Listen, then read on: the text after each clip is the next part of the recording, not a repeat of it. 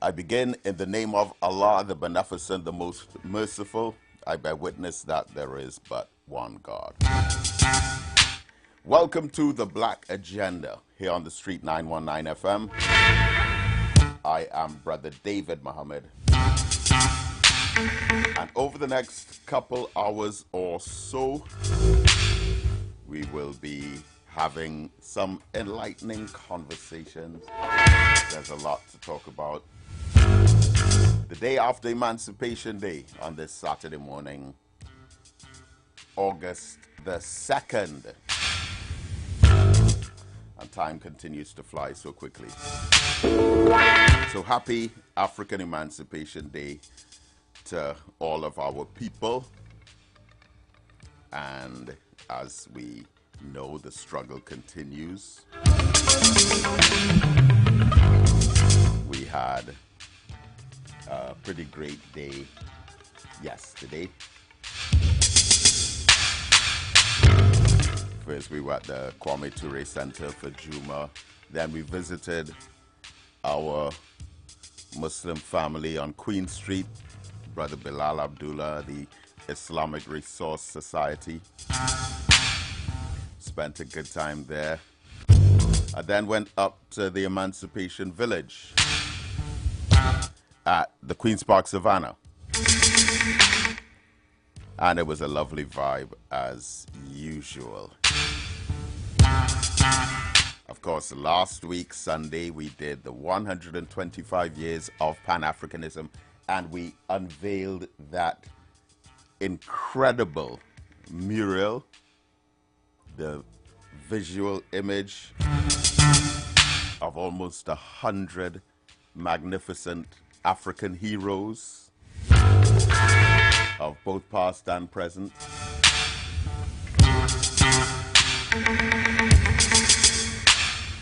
And tomorrow, we do part 2.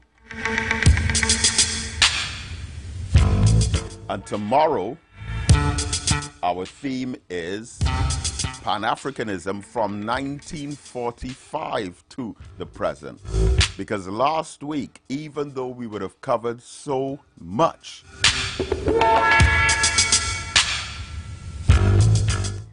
we would have still had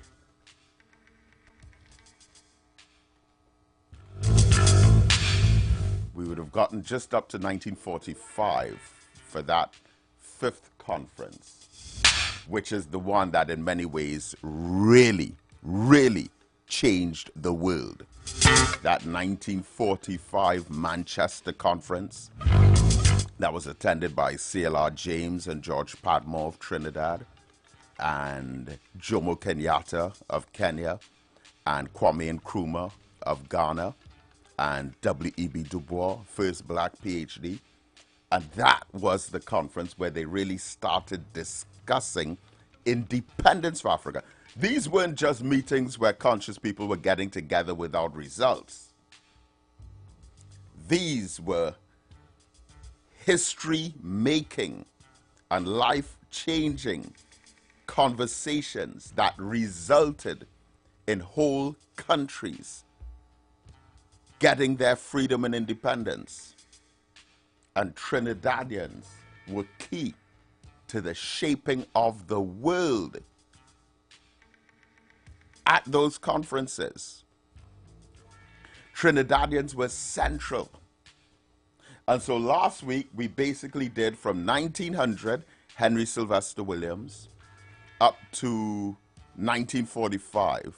Tomorrow, and we're starting at 11 o'clock. Tomorrow, we are looking at from 1945 up to the present. And last week, we would have looked at Henry Sylvester Williams,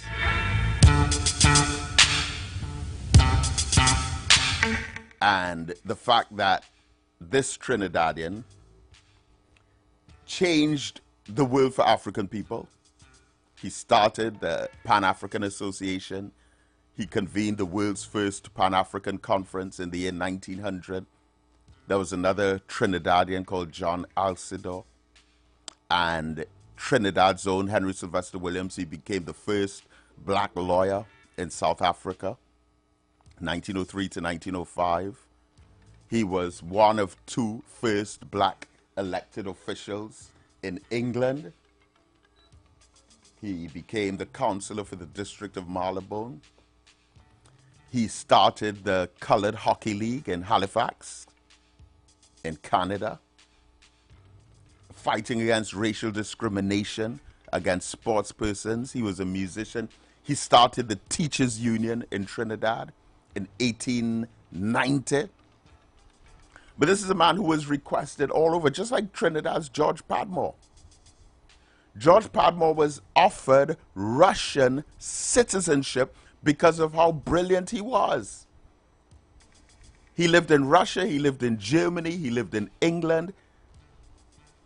He, of course, was born in Trinidad, ended up living in Africa. There's a George Padmore Institute in Africa. There are monuments and plaques honoring these great Trinidadians in England. And we will have whole Emancipation Days passing by without even mentioning him. So this morning is also our final session for the Boys Academy at the Kwame Ture Center. And we, as we do, well, almost all the time, but in particular this time of year, we're doing our Black History discourse, where we're centering it around 12 great black leaders. We have to teach the children, we have to teach the young, we have to be able to pass on this information, because it's all well and good we can demonstrate the optics of being African, but we also must demonstrate the consciousness and the economics of being African. Now, I want to say something about this Stand Your Ground legislation, which I'll probably do in the 8 o'clock hour. Yeah, when we come back at 8, I'll tackle that.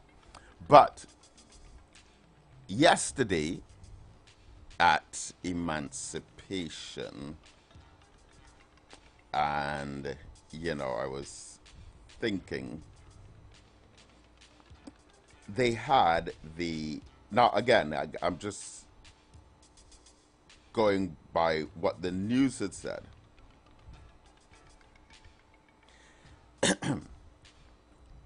And I'm hearing that, you know, the government is going to make reparations a top priority.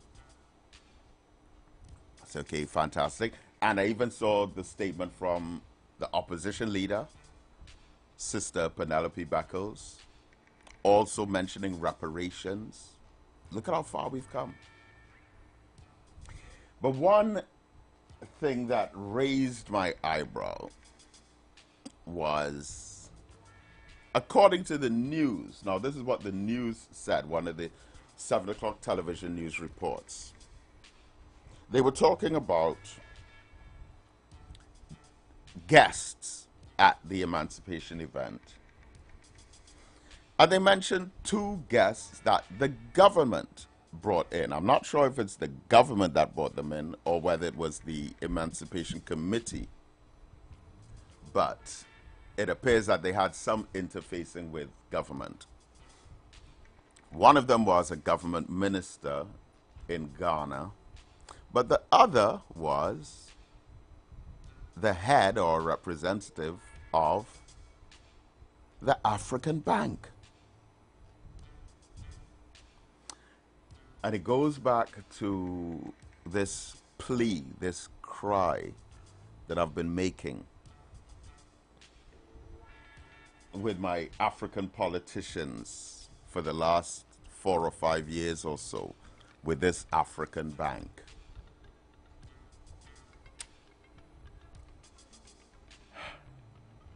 It should not be that you have an African government in office that gives all kinds of reasons not to bring in an African bank, but then this new government comes in And then almost right away, you're hearing and you're seeing the African Bank being featured front and center in conversations. And I'm saying that should not be. But let's not dwell on that. Let's hope we could learn a lesson from it. And to my African people, let's not fall into the trap of, because the UNC, at least from how it looks, and the optics on the surface right now, that they're prepared to welcome the African Bank. Let us not reduce that to a petty political squabble that now, because the UNC government seems to be in support of the African Bank, that all of a sudden we African people are going to be against the African Bank. Let us not fall into those kinds of traps. And remember where this concern started as well. It started with African business persons who were part of the PNM, who very quietly were objecting against the last government's position on the African Bank and sought to campaign to get it welcomed here. And because many of them did not want to go against their government, started trying to make connections, which was a good thing, not wanting to go against the government. The good thing was many of us started making connections with our people, African business persons in other Caribbean nations, forming the kinds of conglomerates that we should have been forming in the first place. So you see, when our backs are against the wall, our unity is forced, which was good. So a lot of African businesses in Trinidad, because the last government was blocking the African Bank, we started forming groups with African business persons in places like Barbados, Grenada, and Antigua. And through these unions, through these corporations, through these associations, we were accessing the benefits from the African Bank. And that aspect of it worked out well. But in a way, it was kind of like turning our backs on the country, because it was like, okay, I am going to access the African Bank, but the other Africans in Trinidad, that's their problem. And many of us supported the last government in their position on it. Well, not that much really, to be honest. But what I'm cautioning us about is don't get stuck in the trap now that because the PNM rejected it and the UNC seemed to be embracing it, that we are going to be against the African Bank. No. Again, let's be wiser than that. And then after, beloved man, after we cover that aspect of things, then we're going to go on to phase 2. Because phase 2 of this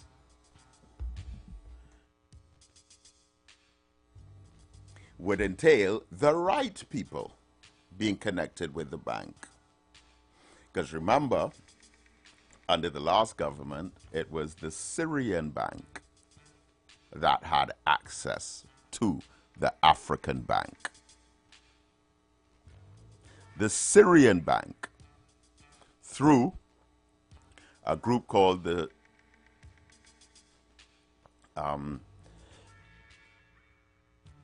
CPSO, The CARICOM Private Sector Organization, which is a conglomerate of mainly Caribbean white businesses, of which SABGA of Trinidad was part of.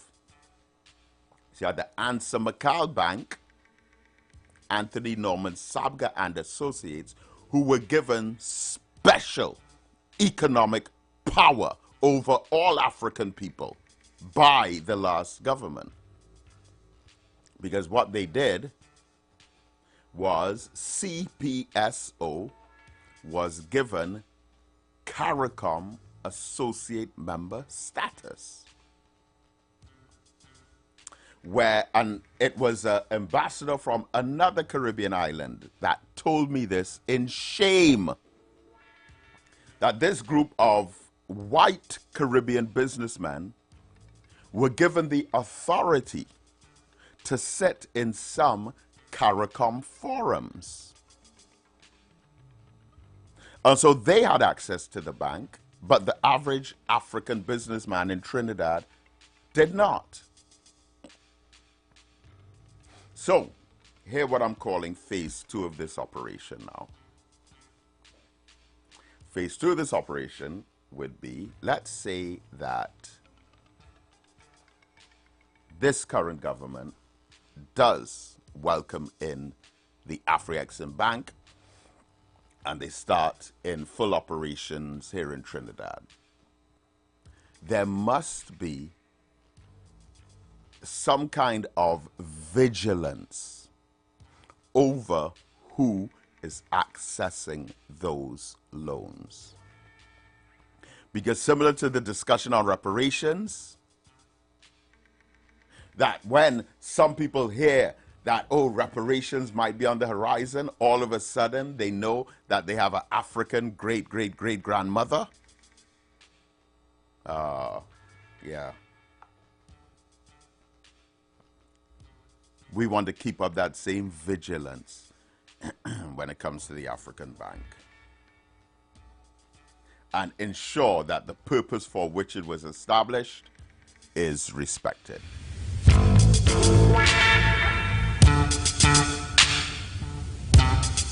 All right, so let me open up the telephone lines early. Like I said, I want to talk about that stand your ground legislation probably in the second hour. 3420081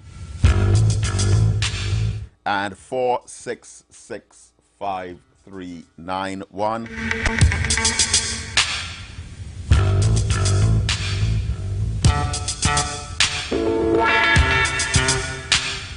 On this, well, I guess it is a long weekend, which would have started on Thursday evening.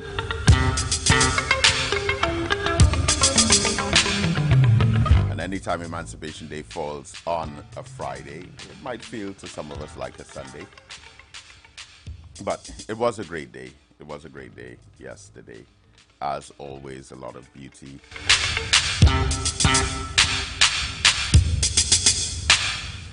Oh, and I want to say a special good morning to Miss Universe 1977, Janelle Penny Kamizion, who graced us with her presence at the Kwame Ture Center last Sunday. One of our beloved icons of Trinidad and Tobago.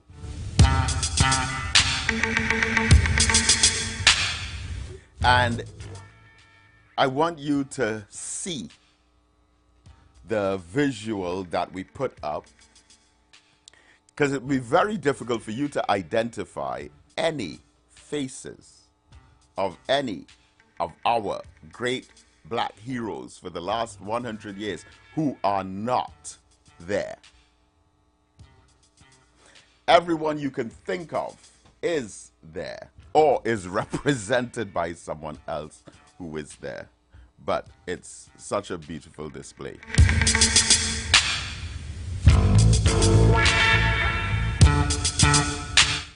All right, so let's go to the phone lines. Now it's the first call, so let me make sure I have everything up and running. Caller? Good morning, Brother Mohammed. Yeah. Brother Mohammed, you know, I hear you said later on you will speak about the Stanley Ground legislation. But I spoke Wednesday on the same station, a little before, not Wednesday, Thursday, before the program closed. I was supposed to call back yesterday. And I was trying to explain to the gentleman, right? Now, since, because I told you the last time when I spoke to you that I was more concerned with what is going on with Palestine, and I'm giving my focus down here, and I'm using my gift here to deal with, give assistance to that. Now, if people keep following that right after the cases in the international criminal court, and then they also set up organizations that deal with genocides all around the world, and which they're taking the Israeli soldiers and other things in courts in different parts, even down down in South America and all those places, right? Because as they are part on the signatories to the Rome Treaty which deals with genocide and all these sorts of things, and but which Britain, America, and Europe and them, and now everybody seems siding with Israel, and what they're doing now, where Israel has reached out to a point now, with since all the international pressures and all this, where they're not getting their stocks and all those sort of things, the people putting sanctions against them, not where they're not taking any ships that come in with anything from them, in different ports, they're refusing to offload it, and all these sorts of things, all that is pressure, the different forms of the thing that they're way that they're acting against them. And I was thinking that basically, I know that same law, and I'm listening to the minister with saying that he's ordering the police that basically shoot people and kill. Don't they know that they just as the same that Biden is they are working on to take Biden to the International Criminal Court. Donald Trump will be going to the International Criminal Court. The Secretary of State and the black man who was the other Biden, they all will be going before the international for the same genocide in Palestine, and now also Israel. It has extended to Israel for genocide that they are committed in Yemen, because Yemen is basically acting within the international law, and they are attacking them. I think now they retain now they start with this food dropping. They are selling, they're telling the media and them they cannot show how the nothing is going on that is in Gaza, but they reported that this is only rebels. But now I was, as I told you, I made predictions, and what is the population of Britain and the population of Europe? Let's say and exclude Russia, 100 and something million people is it, Brother Mohammed. Because basically, just like all the empires that basically reigned before and is under the, we are now discovering a lot of them under the earth, where basically from earthquakes or tsunami, where they're discovering that basically some of them, and they're now doing the geologists and all them excavating and seeing what was this. Basically, these countries are going to be going to the same thing. It's coming now that basically, now you see this, that earthquake, as I told them, that basically what they will get, they are going to get 20-point earthquake, and then a 50-point earthquake as written in the Bible that will basically take away the 3/4 of the world. Basically, it's a 50-point earthquake, above earthquake can do that.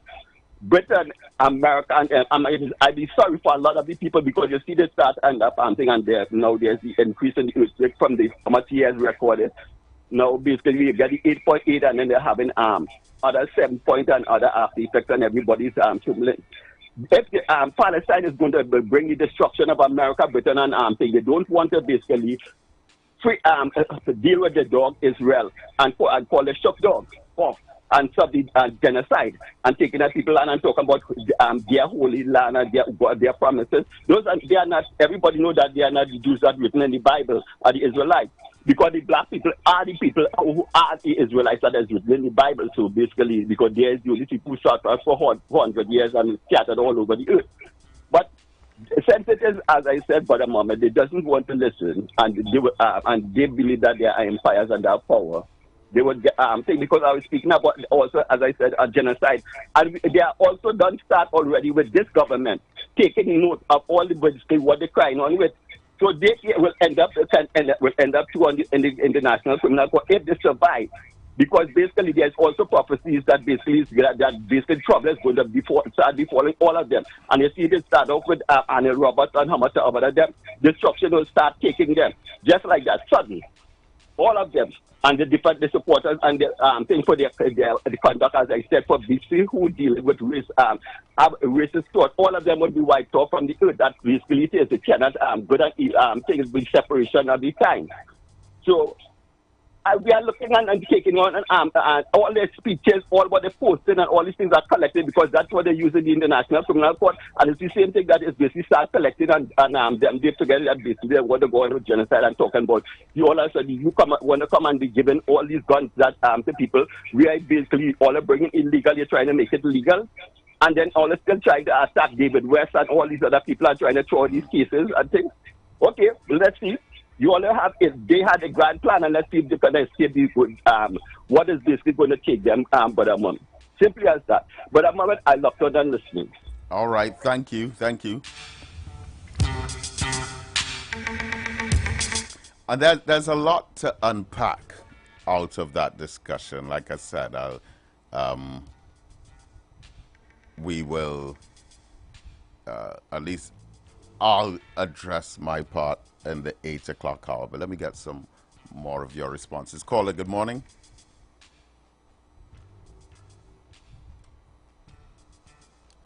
Caller, are you there? Yes, good morning, caller. Good morning, Brother David Mohammed. Good morning to you. Yesterday, Juni's celebration, what I was hoping to hear from the Prime Minister is a piece of land for the Emancipation Support Committee. I was waiting to hear that, but that would have been excellent for them. Well, let me say this to you, right? I agree 100%, but if I was the Emancipation Committee, from the very first grant that I would have gotten since however far back it's been, the 1990s or so, I would have bought a piece of land. That would have been the first thing that and this is just me, I know we're all different, we all have different aims and goals, etc. But the Honorable Elijah Muhammad said the best way to put our money to good use is to acquire land. Yes. And then after getting land, grow our own food. We must have some of this good earth to build our own institutions on. But that's our ideology. So, you know, land could have been purchased. Yeah. I mean, you're talking about 30 plus years. Now, I respect and admire and support them in what they're doing because they have contributed in an incredible way to the raising of consciousness of people of African descent in the country and the way that they would have promoted love for African pride and African heritage. But we have different priorities in the struggle, and I am seeing a message here saying that they already got 20 acres last year, right, from the last government. I myself was not aware of that, but yeah. But you see, we have to have land on our minds. And this is one of my concerns with the way that we celebrate emancipation. One of my concerns is that we don't celebrate liberation. We're not going to be free by a document or by a political decision or by an act of parliament going back to 1833. We're going to be free and liberated by taking control of our own destiny through self-determination. And the way that the Honorable Elijah Muhammad made black people think, you could put them in any society and they will begin to live out that freedom through self-expression. And that self-expression is not in what we say, but it's in what we do. So yeah, emancipation is it's a beautiful season right? And again, all the politicians come in and say these grand things. I remember years ago making an observation. Some of the things that some of the politicians say on August the 1st, if they say it in the middle of January or in the middle of April or the beginning of October, it would come across as really peculiar. Because it's almost as if we have a sanctioned time to pursue empowerment on that level. But I'm saying that is supposed to be our life. Yeah. And I support you in terms of the African Bank. We have to be wise and support that initiative. Listen.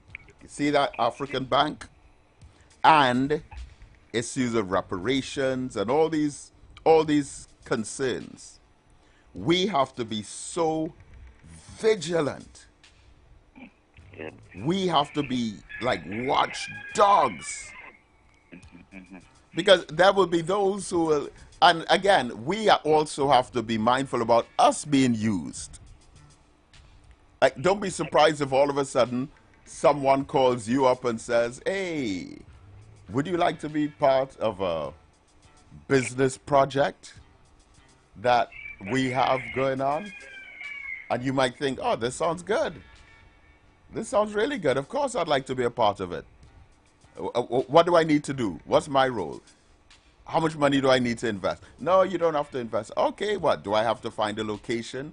Do I have to do the marketing? Do I have to do communications? What do I have to do? No, you don't have to do any of that. But what's my part? What do I have to do? We just want you to go to the African Bank and, discuss getting a loan. That's all? Yeah, and we'll let you know what else after that. Man, there'll be vultures, beloved. Vultures, beloved. That would be say, which African face can I pick to use as a shield to be able to access those funds from that African bank? That's how we've been used. We've been used like that to our detriment in politics. And now, we just have to be vigilant. We just have to be vigilant. Okay, and you take care, man. Okay. We just have to watch our backs. Well, thank you so much for calling. Caller, good morning.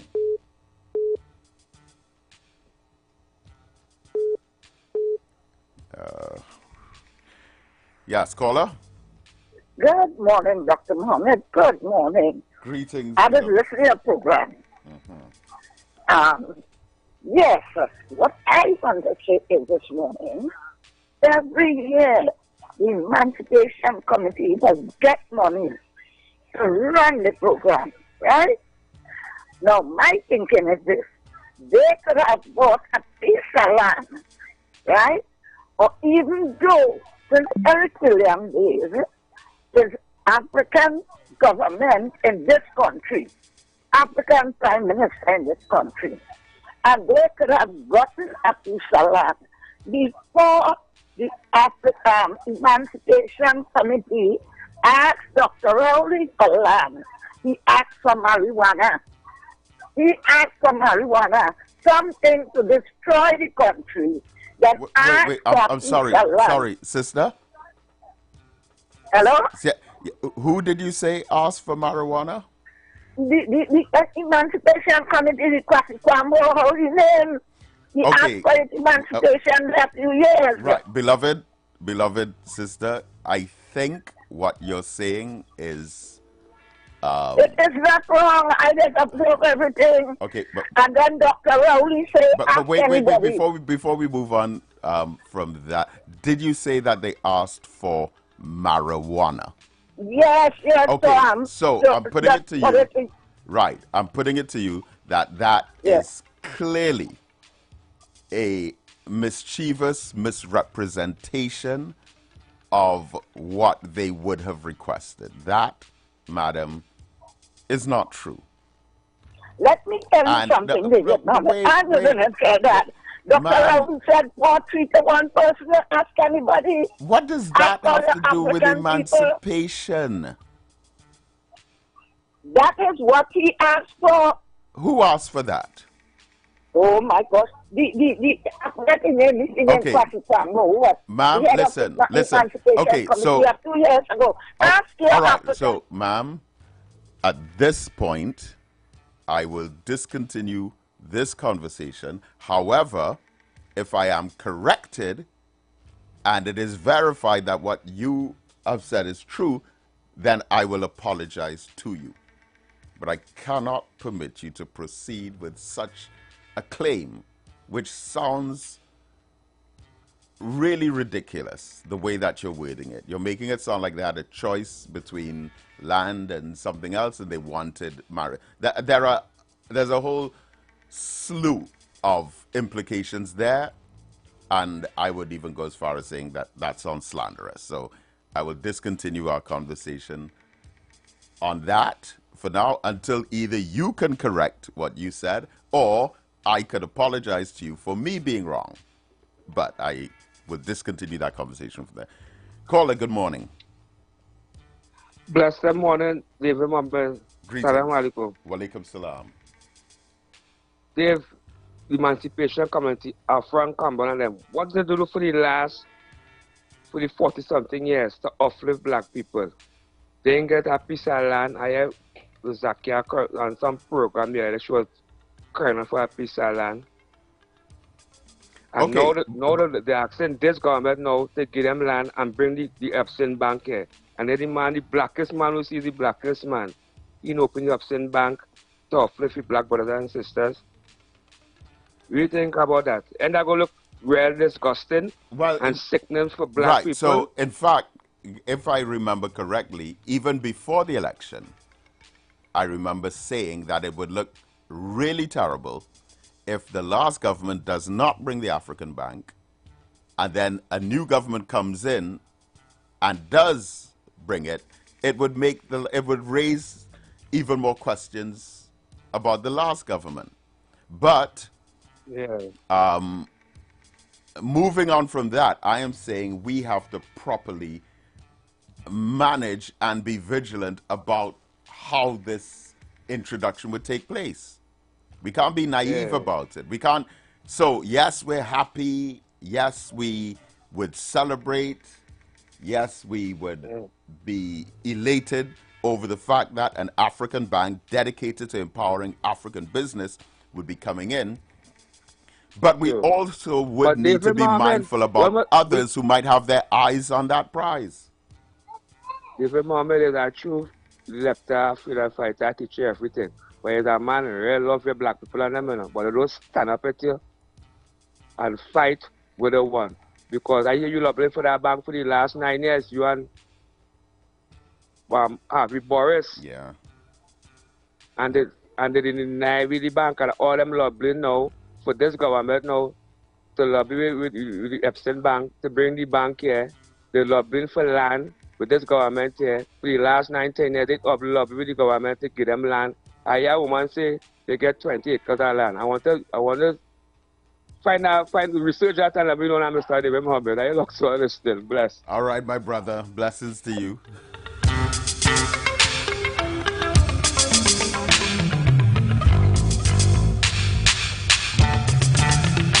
Caller, good morning. Morning, Brother David. Greetings, morning. Now, we are emancipation. And according to Bob Marley, let's emancipate ourselves from mental slavery. We haven't had a subject in school teaching us African history. No way, no how. We haven't had like these, let me say, celebrities within Africans being taught about their lifestyle towards emancipating Africans.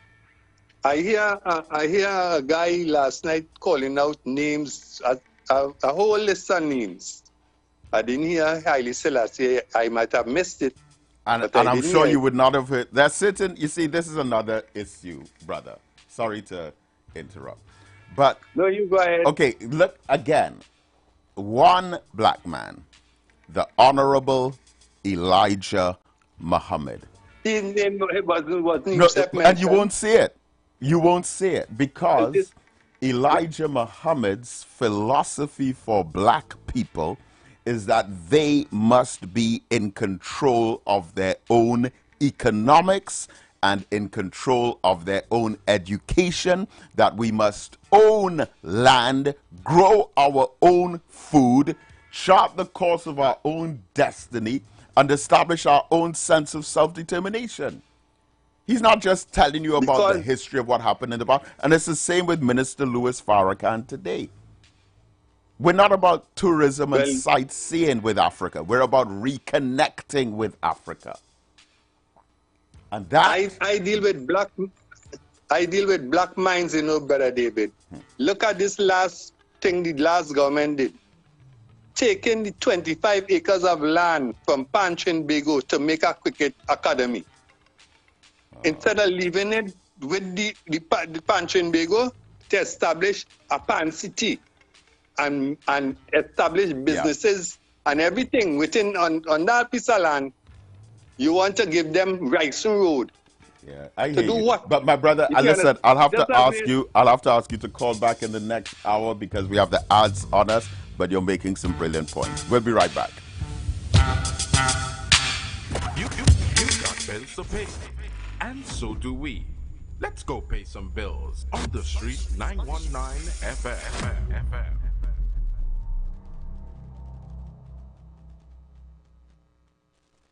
Attention business owners.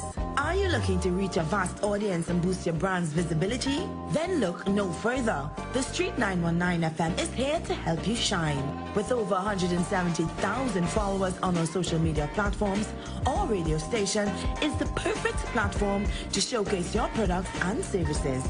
Join us and let your message be heard by thousands of eager listeners. Contact us now to learn more about our affordable advertising packages. Don't miss out on this incredible opportunity to connect with your target audience. Advertise with the Street 919 FM today.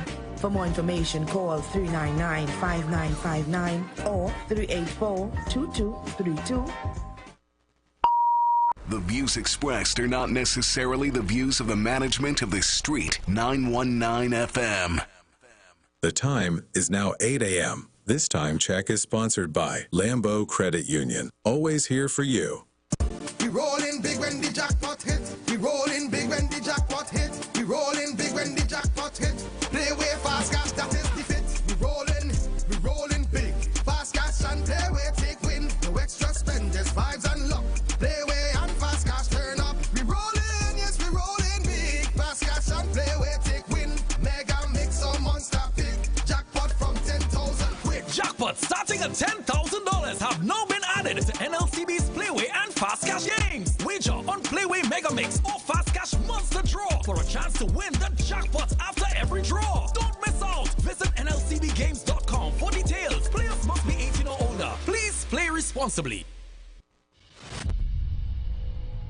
Come shop at the biggest African market in the Caribbean with its African-inspired art, craft, jewelry, clothing, books, delicious food. We're at the Queen's Park Savannah, transformed into the Lidjasu Omuale Emancipation Village for the 2025 Pan-African Festival TT, commemorating emancipation, July 25th to August 1st. Also, enjoy jazz, pan, calypso, reggae, dance, drumming, bois, art exhibits, and for the children, the African Heritage Camp and workshops. The village opens 10:30 a.m. to 10 p.m. Free admission before 3 p.m. Just $40 after. Kids under 12, free all day. Bring your family, your friends, your vibes, and let's celebrate the 187th anniversary of emancipation, our heritage and future together. The Emancipation Support Committee, shaping sustainable futures through reparatory justice.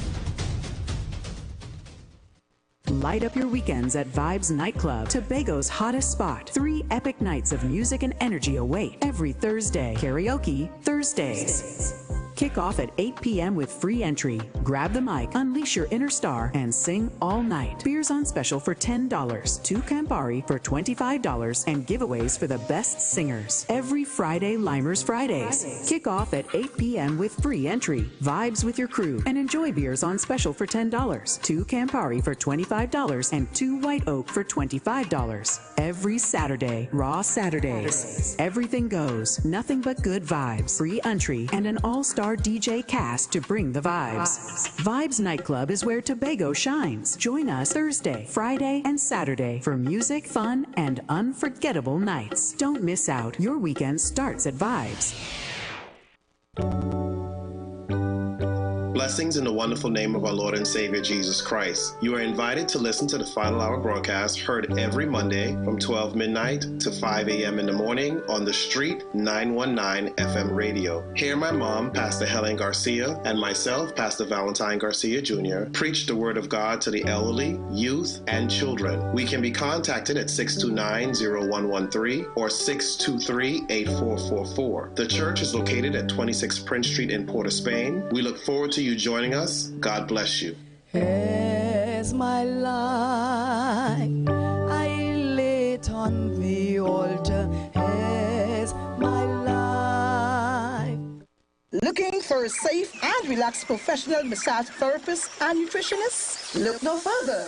Nature's Touch with Empress Judy and Associates offers a natural approach to better health. Treat yourself to a professional massage therapy and nutrition advice in a safe and relaxed atmosphere. Rejuvenate your body, mind, and soul at Nature's Touch Therapy. For an appointment, please call or WhatsApp 1-868-398-8282 or visit our Facebook page. Remember, your health is our responsibility at Nature's Touch.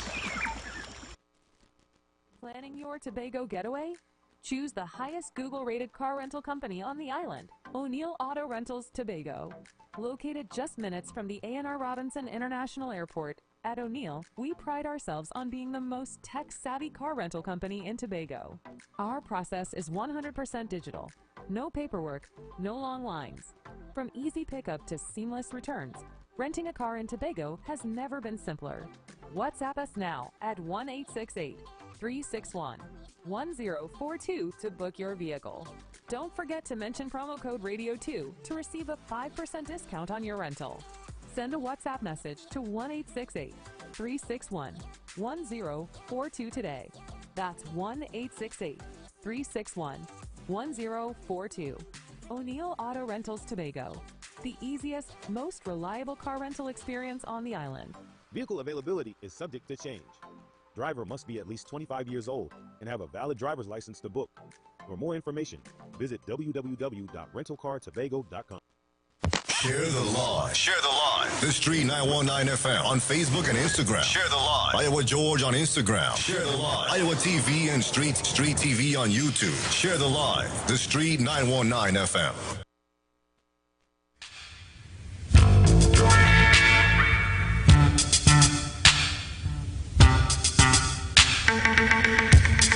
Brotherhood is required. Brotherhood is demanded. Brotherhood is obligatory.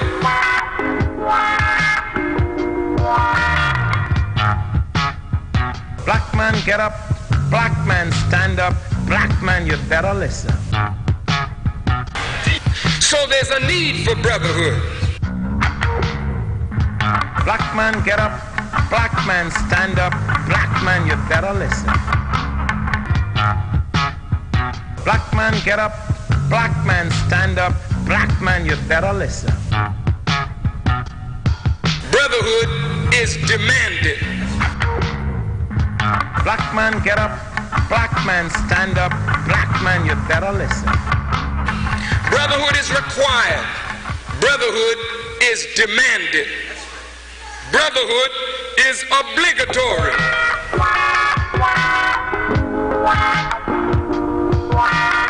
Brotherhood is essential, it is urgent, and it is compulsory.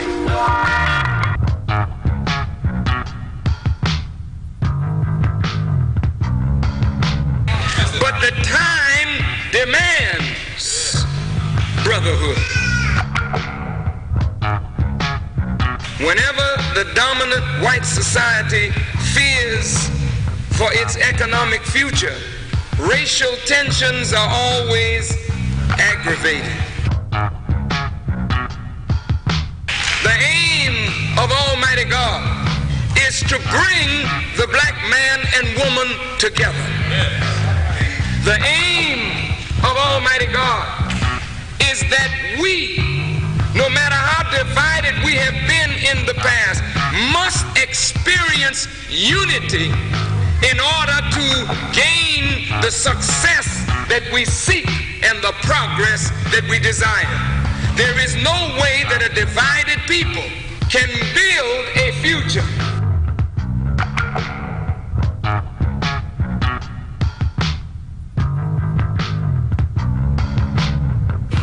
Brotherhood is required. Brotherhood is demanded. So there's a need for brotherhood.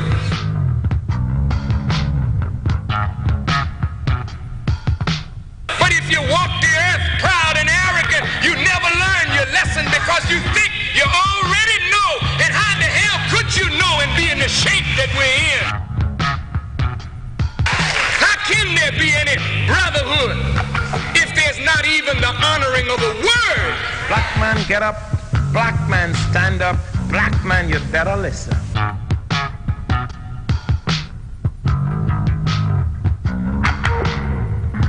Black man, get up. Black man, stand up. Black man, you better listen. Black man, get up. Black man, stand up. Black man, you better listen. But the Quran and the Bible bear witness that the heavens and the earth were created with truth. Black man, stand up. Black man, you better listen. Brotherhood is required. Brotherhood is demanded. Brotherhood is obligatory. Brotherhood is essential. It is urgent and it is compulsory. I feel that every man that wants to speak should have the right.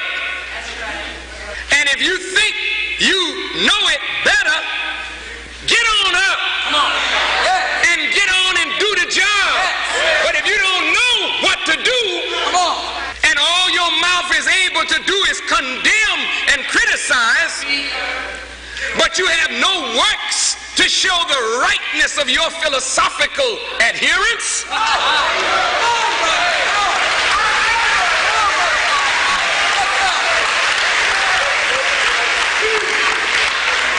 then maybe you should rethink your position. Brotherhood is required. Brotherhood is demanded. Brotherhood is obligatory.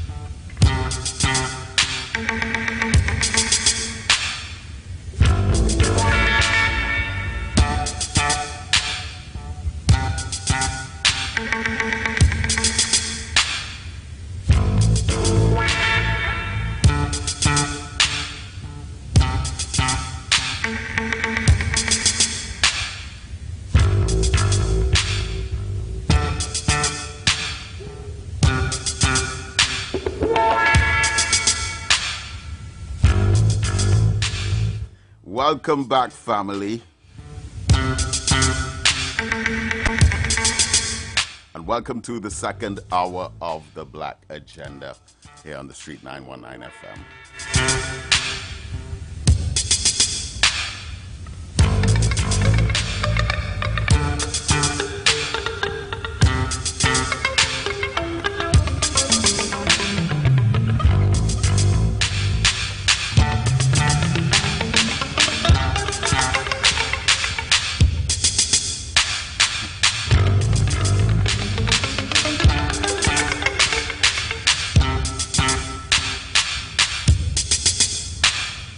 All right. So, welcome to the second hour of the Black Agenda here on the Street 919 FM. We're going up to 9 o'clock.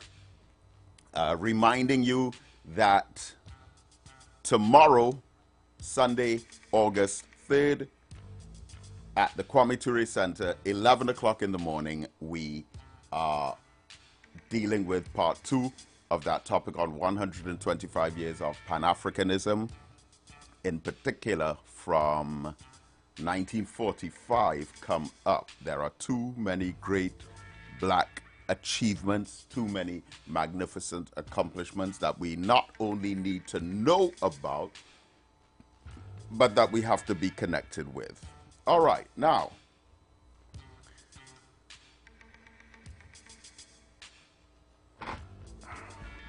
beloved family,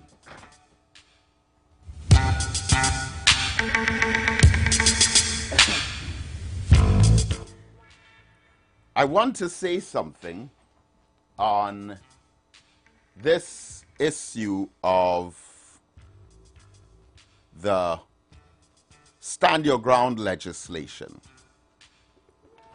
and the recent overtures by the government to appeal to citizens about their rights to defend themselves in their homes,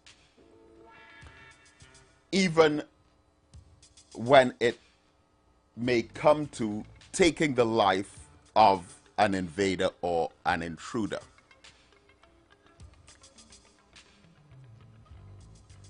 One result of this that I believe we're likely to see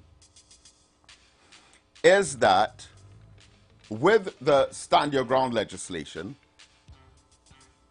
and some of these measures, and in particular this approach to national security, the murder rate will go down, but the homicide rate will go up. And the homicide rate is likely to increase at a by far more accelerated pace than the decline of the murder rate. So in other words, hypothetically, if we have on average within a particular period 100 murders and another 100 homicides that are not categorized as murders, that's 200 people dead. Think with me here. But under this kind of approach, that 100 murders would probably or could probably go down to about, say, 70 in the same period. But the homicides of 100 could possibly go up to about 200 or 300. So whereas in scenario number 1, 100 murders, 100 additional homicides, 200 people dead. In scenario number 2, the murder rate goes down from 100 down to 70, but the homicide rate goes up from 100 to 300. So now, in scenario number 1, where you had 200 people dead, in scenario number 2, you have 370 people dead.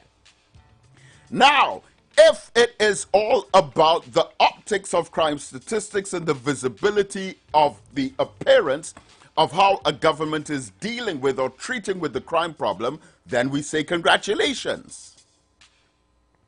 But if our concern as a society, which is a sovereign republic where every single citizen has equal human rights, and we have any respect for the value of life, well, then we would have done really terribly.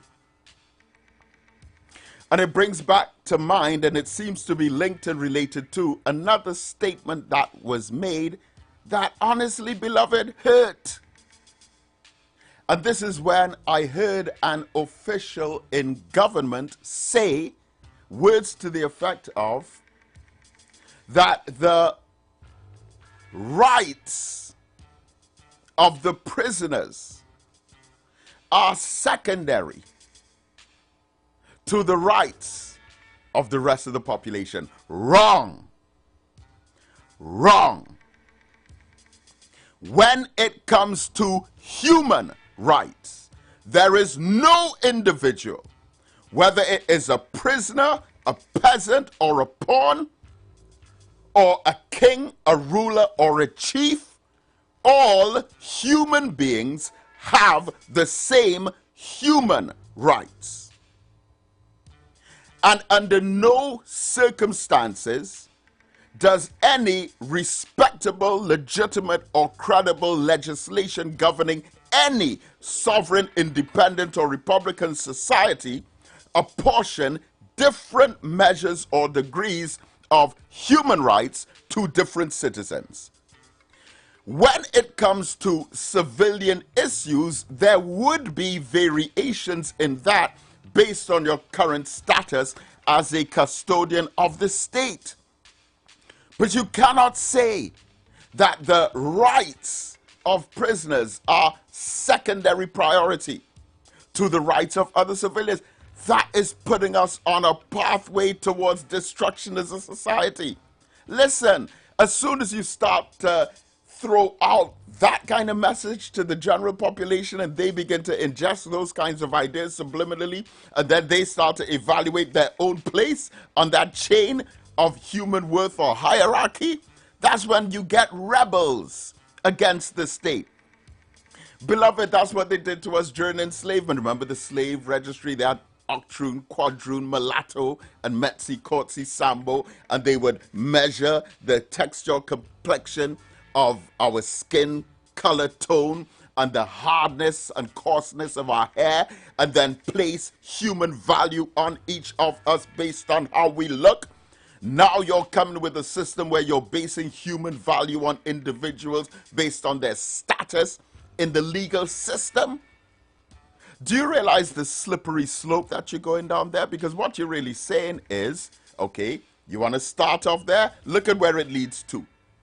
All right. So if I have more money than you, then I have more rights than you. And if I have more property and land than you, then my citizenship is of heavier weight than your citizenship. And then that leads to a pathway where if I commit a crime and you commit a crime, because of my privilege, I am more likely to get justice from the system than you are. Stop that. It is a dangerous course. And, beloved, and as a Muslim, let me say this. The Prophet Muhammad, peace be upon him, there was a hadith where a man who was committing crimes was captured and he was being held, and he was in the company of the Prophet Muhammad, peace be upon him, and he called out to the Prophet. He said, Muhammad, Muhammad. And the Prophet went to see what the man wanted, and the man said to the Prophet, he said, I want to embrace Islam. I want to become a Muslim. And the Prophet said to the man, you should have thought about that before you got yourself in the situation that you're in. And I guess the man would have been like, all right. And then the Prophet went back. Then the man called to the Prophet again. He said, Muhammad, Muhammad. I mean, clearly the man was on tricks. But hear what he said next. He said, Muhammad. And the Prophet came. And the man said, and I want you to think deeply about this. The man said to the Prophet, I am hungry. And the Prophet had no food to give him. So what did he do?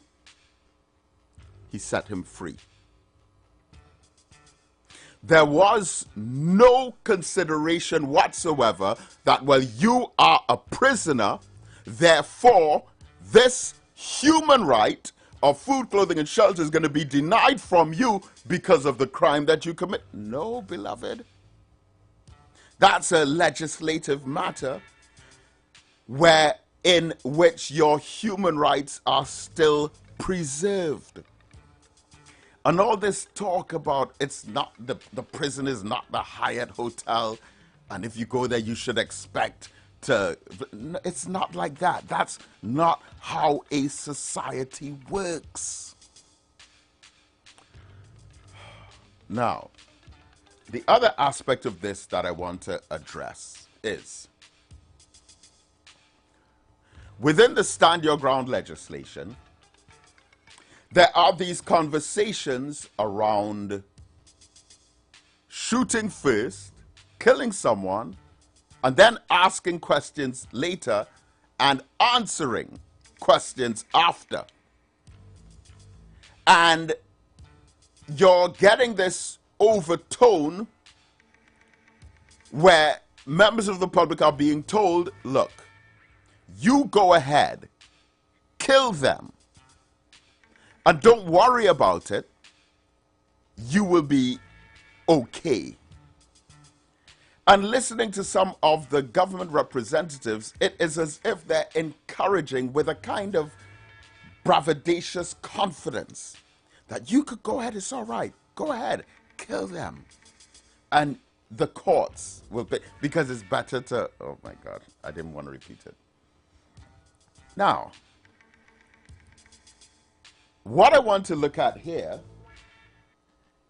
is in particular this issue of, and I'm not sure, I can't remember exactly who brought it up, but the issue of race. Now, again, beloved, beloved, beloved, all I'm asking us to do on this is think. And all I'm asking us to do on this subject matter is to think for ourselves. When it comes to the Stand Your Ground legislation and the whole conversation about giving civilians firearm licenses, someone raised the issue of racism. And that there could be racism involved in the scenario. And then there were swift denials and even condemnations that should even come up, with the response being, well, there's no racism in this. Now, that is where I got worried. Because if you are honest, you would at least confront that issue honestly. It is not enough. It is insufficient for you to say, especially with the kind of track record history that we have in this society. We are not comforted by you simply saying there's no racism in this. I would have felt more comfortable if you were honest in particular about that. So let's look at some criminology here. The great black sociologist Paul Gilroy spoke of a phenomena that occurred in the United Kingdom in the 1970s, which he described as the myth of black criminality, where for certain kinds of crimes, stereotypes were created, and black youth in particular were associated with these types of crimes. These images, portrayals, and stereotypes are recycled and reproduced in the mainstream media, so that when someone now hears about a particular crime, they conjure up the image of a black youth, even though Paul Gilroy showed statistically that black people commit these crimes just as much as any other ethnic demographic profile. But in the minds of the population, black people commit those crimes because of how it has been sensationalized by the media. Another great criminologist by the name of Stuart Hall said that this kind of phenomenon leads to what is called moral panics.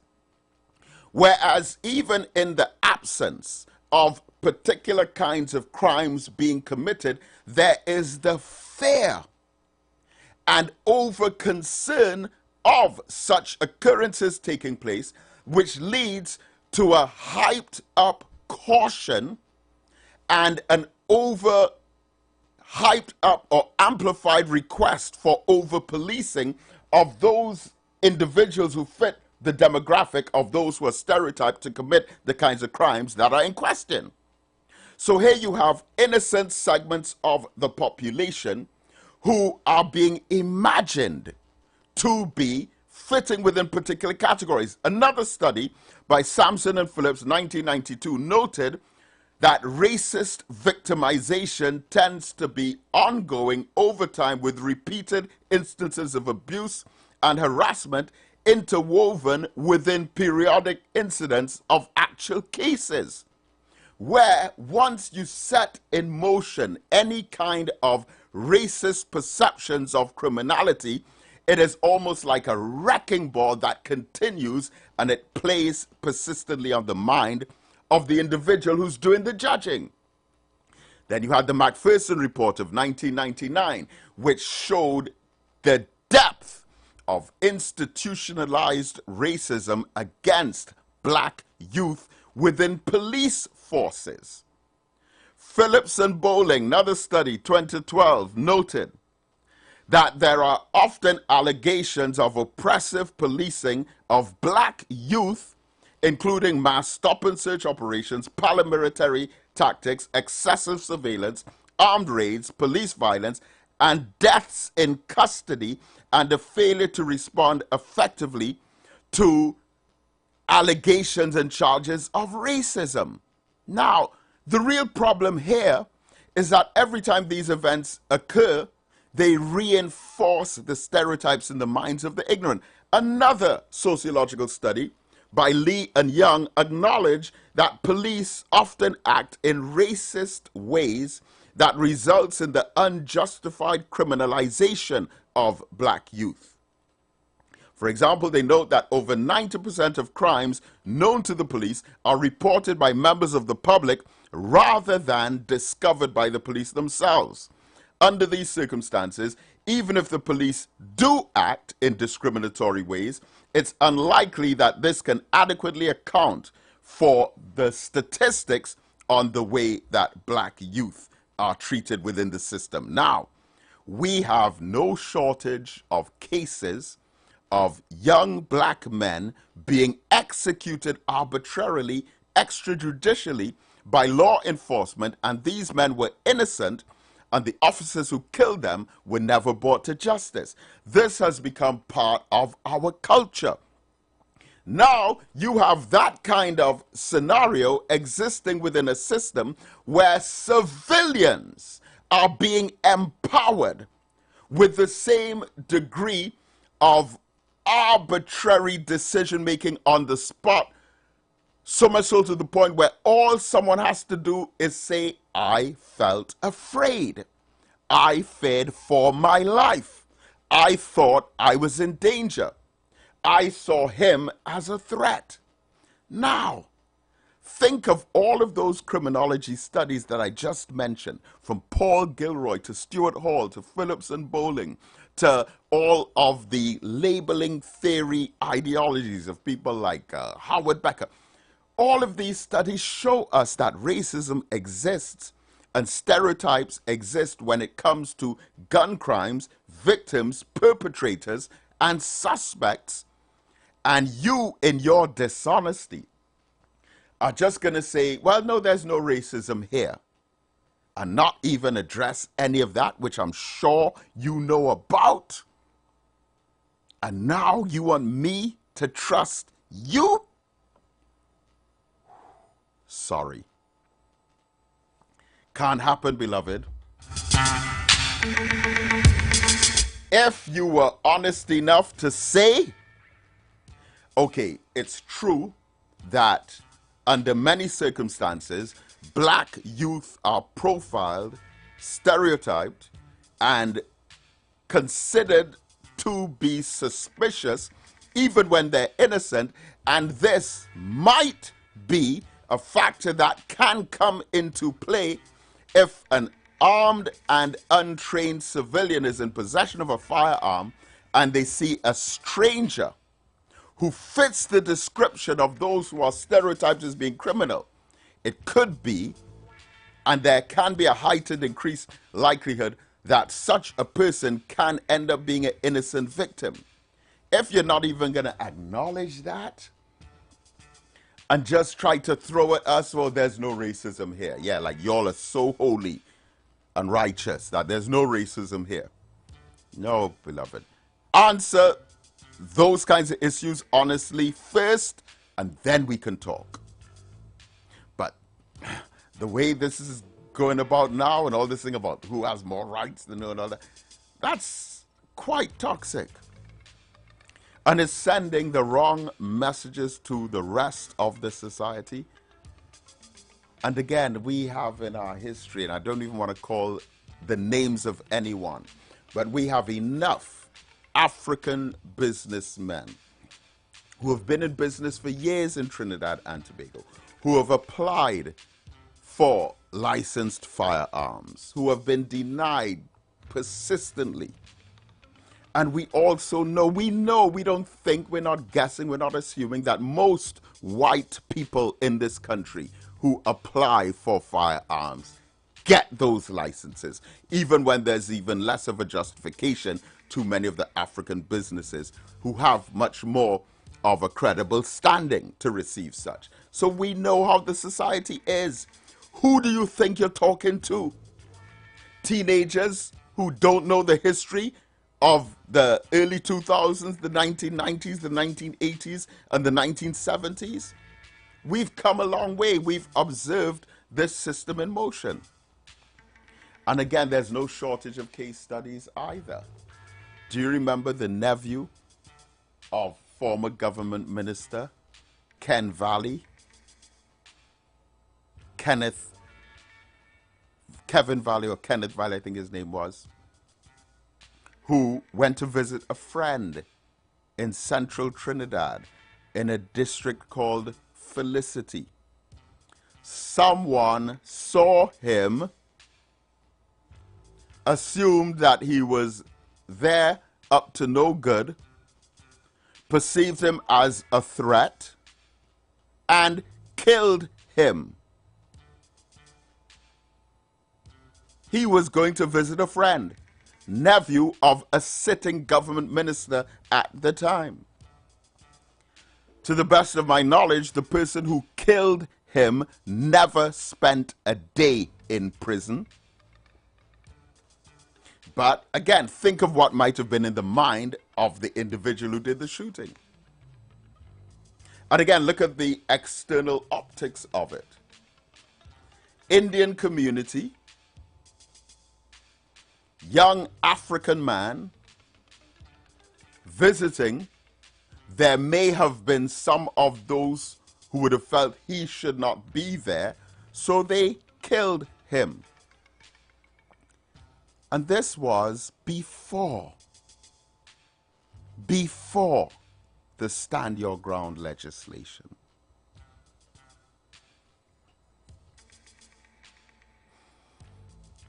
And now you want to pass this legislation and give that kind of empowerment. Look at how our youth are fed. And I bring back to mind the words of the Honorable Minister Louis Farrakhan, who said to the black community, never become so distant from your own youth population that you lend your voice to the calling in of the protective services to execute our young people. Never let your frustration get to that level. And we're hearing it from some of our own people. Oh, let the police come in and kill them all. They should just shoot them all down. They should just get rid of all of them. Well, you have a sickness in your head, beloved, if that's how you're thinking. There are those who think that way about us, regardless of what we do. I hope you know that. But I'm talking about us. Us. We cannot afford to think that way, beloved.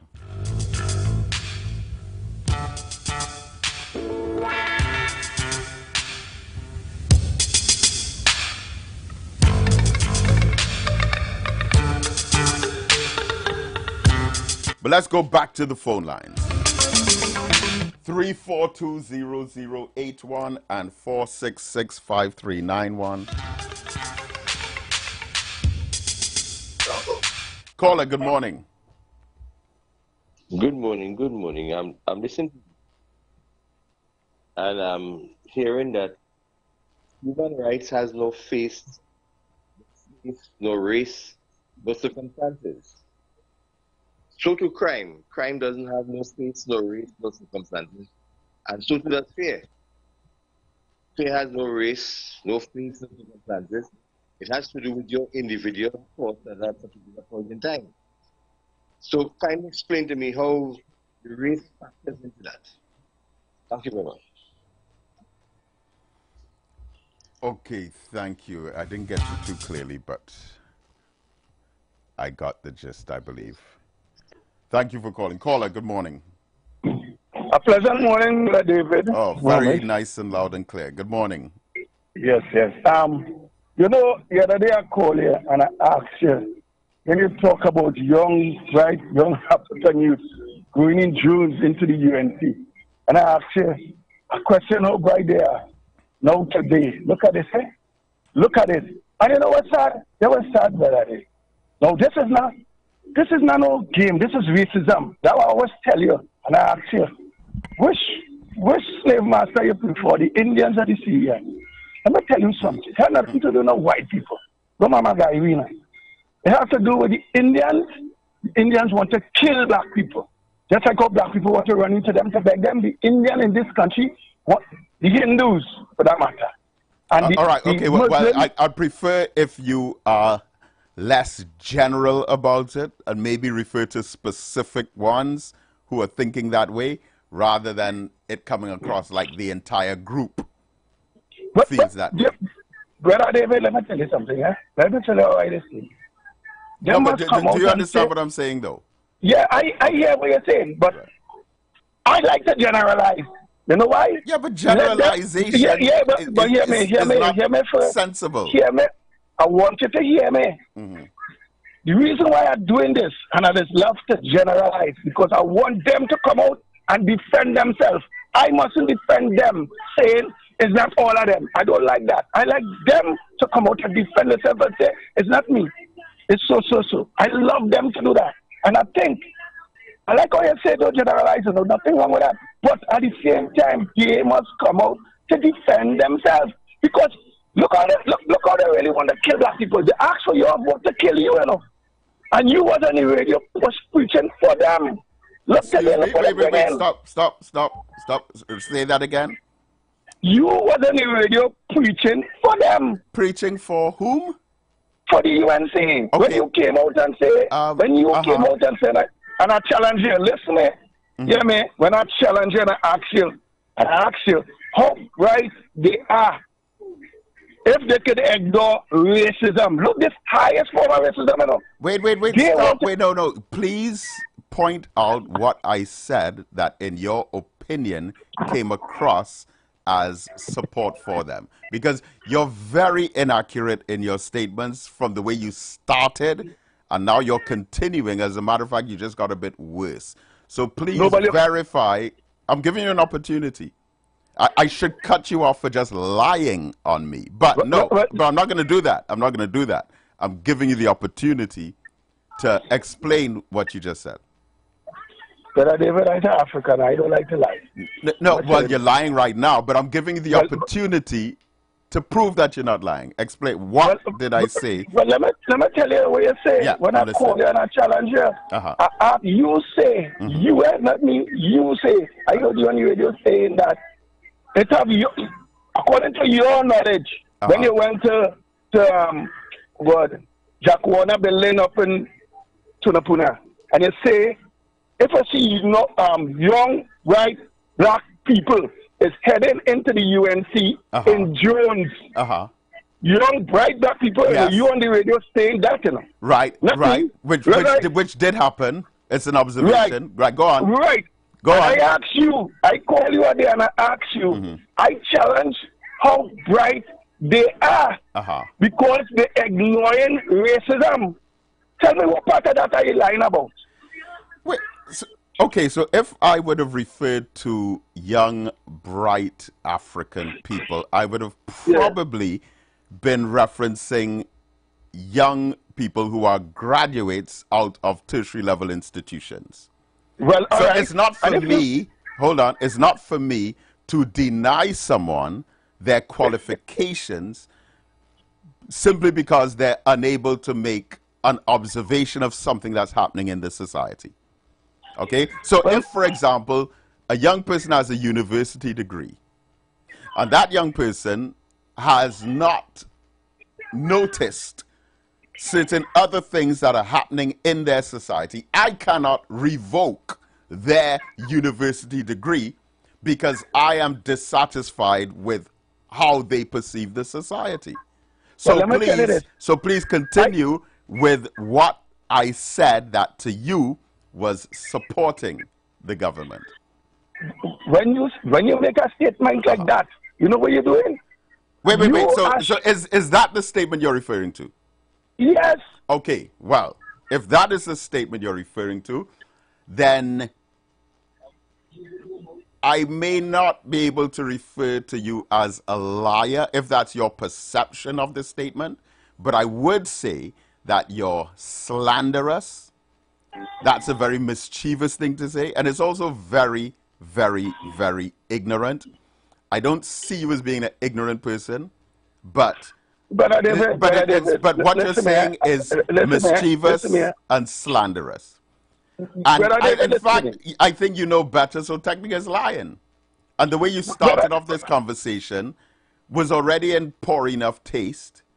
And it seems as well that you've ignored the entire substance of what I would have said prior to this because of some because of some kind of apparent thirst that you have to be critical in this way based on maybe your sense of disappointment from the last election. There are so many more sources of support that government received to get in, more so than me making an observation about young bright people going into young bright people going to that party. And one of the reasons, let me say this last of all. One of the reasons, and I want you to listen to this carefully, one of the reasons that the PNM lost the election, in my humble opinion, is because of persons like your good self who spend so much. I listen to your criticism of me. It might be healthy for you to listen to my criticism of you. I would say that one of the reasons that the PNM lost the last election is because oh Lord have mercy, because of persons like yourself who have been overly fixated on condemning other African people. Any other African people that you can find that supported the other party, you spend all your attention on them rather than focusing on the kind of development that's required for the African community. And all these are the same young African people, all this attacking and insulting and slandering and bad talking and backbiting, that turns a lot of people off. You're not the only one, but you are one of these people who, the way I see it, have become committed to just attacking other Africans who are not on your side politically. And that has backfired. Could I say something to you? All right, we have to move on, but go ahead. Last words. This have nothing to do with PNM. This have to do with the statement that you have said. So I can't understand. Which according to you was about UNC. And you're saying that that was support for them. I am saying I know you are a PNM supporter. And you have been more focused on other African people. I'm not independent enough to make a statement and leave out PNM. So I'm not independent enough to make a statement and leave out PNM. So I saw PNM fixations. I could say what I want is PNM. I want to know that. Okay. Because here they say, now, to you, I respect you. I know you have what you have done for me. Listen to me, I respect you. I wasn't, listen to me. I respect you highly. Just what I tell you. I just responding to your statement. It have nothing to do with no PNM or no UNC in the sense of the two of them. It has to do with your statement and the brightness of African people. As an African, I have no concern about nobody else. Okay, I just listen to you calling about. So based on what you're saying, what you should have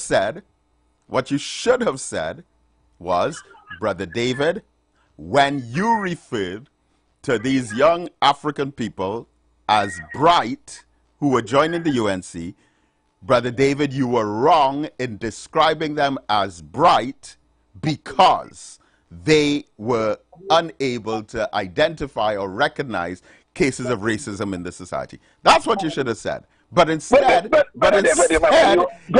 you've taken that one second. You've taken that instead and you've said that was helping the UNC or that was supporting the UNC. But in my opinion, that's ridiculous. That's ridiculous. All right. Well, listen, have a great day. Blessings to you and the family. And I hope to see you at some point in the not too distant future. All right? Blessings to you, sir. Respect. All right? I hear you, but that's 1 minute before. Yeah, let's both breathe. 1 second. I just say this for you to think about what you say. That's why I say this. And I will. I promise you I will. I promise you I will. To try to bring you down in the kind of way. I was never saying that. I know that. And I promise you I will think about what you said. Okay? You understand? All right. Have a blessed day, baby. Blessings. Caller, good morning. Good afternoon, Mr. David Mohammed. Good morning. Where you calling from? I said to dialogue with that man. No. Let's not condemn the gentleman, please. He's not black contrast. He's a PNM. Oh, please. What are you trying to drag your name and say? Wait.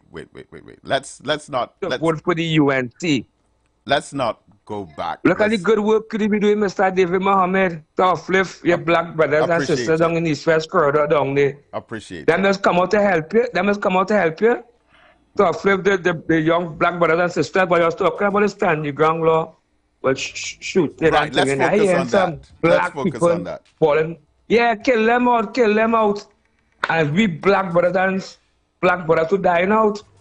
Because if you get the political authorities to go and kill out, there's a majority of people dying out who getting gunned down. People look like me, I know them, Mr. David Mohammed. Yeah, and listen, don't try to dialogue with them PNM planning, man. Them as PNM, them playing black contrast now. Okay. All right. Bless.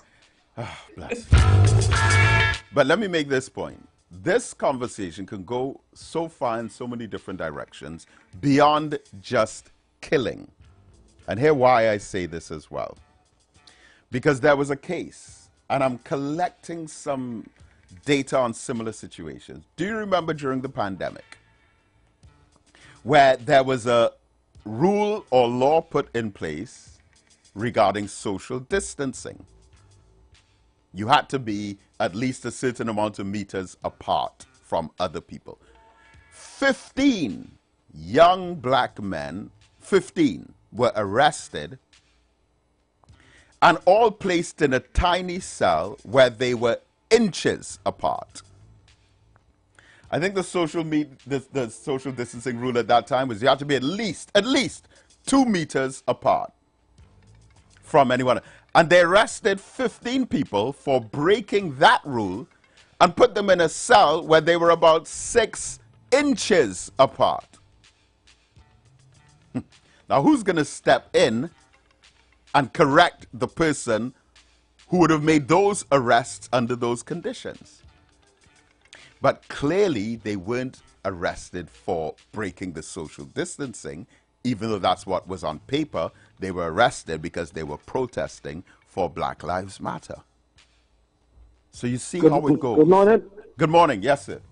Good morning, Mr. Mohammed. Good morning. Now, concerning stand your ground. Yes. Now, they are going to set up a firearm dealers and range operators. And they are to replace, they are to reshape the national firearms policy, right? And outlining the operation of the, and they're going to set up a board, right? Yeah. And so they're going to replace the commissioner of police, right? The board is intended to replace the commissioner of police current sole discretion to grant permits, licenses, and certificates, right? And the granting of license, permits, etc. So why now change it when there's something sinister, because the commissioner of police has always been the one who has to give out licenses for guns, right? So they say this question, right? Right means that the board will be granting licenses too. Right. The board will have discretion too, right? Right, but here what my question to you would be on that. So if, let's say, the people on this board who are making these decisions, and mostly UNC people, right? So let's say they are terrified of my shadow. They see my son or nephew or younger cousins who are dressed casually to maybe... Yeah, but Mr. Mohammed, and there are those who are terrified of young people like that. Would their own personal perception of society influence their giving out of firearms? And to whom? Right. It's kind of obvious it would. Yeah, but why do they suddenly want a board? Is it because they want to hand out many guns to their supporters, and they know with the commissioner there will be transparency and accountability? But with the board giving out licenses, you will be fooled it was a legal gun. But under the law, persons receiving guns were not legally, did not have legal right to own a gun. What I'm saying. Yeah, caller. Okay, think we lost you there. Not sure what happened, but thank you for calling. And that conversation was taking us into a very important area too. Caller, good morning. Yeah, morning again, Brother David. Yes, good morning. You see, it is a bias against Africans owning guns. But it. Brother, all I'm asking them to do is admit that. Don't try to say that it doesn't exist. Don't try to say there's no racism. They have to be truthful about that first, and then we can talk. Brother David, it does exist. Listen to this one. The Tobago businessman who wanted to get license to mine, quarry mining. They want to deny that, right? They are talking about government, yeah? And he also applied for a licensed firearm, and it was denied him. If you understand what I'm saying. And there are several. So listen, I didn't want to single out anyone, but one of the most successful African businessmen in our generation is Professor Don Jacob. Professor Don Jacob does not only have businesses all over Trinidad, but really all over the world. Professor Don Jacob has businesses across America, in England, in Canada, in Australia, and all over the Caribbean. It will be hard for him to get a license, if you understand He what tried I'm to saying. get a license and was denied. Well, this is you're not going to get exactly another businessman with his kind of outreach. No, well, the point is, Brother David, it has been so for the colonialism that is continuing even to this present day. And my brother, all I am asking the authorities to do is be honest about that conversation. Be fair. Yeah, be real about it. This Just is say, what okay, I would like to see. If they'd come to us and said, listen, we know that in the past there have been cases of racism against African businessmen in applying for licenses, we could fix that.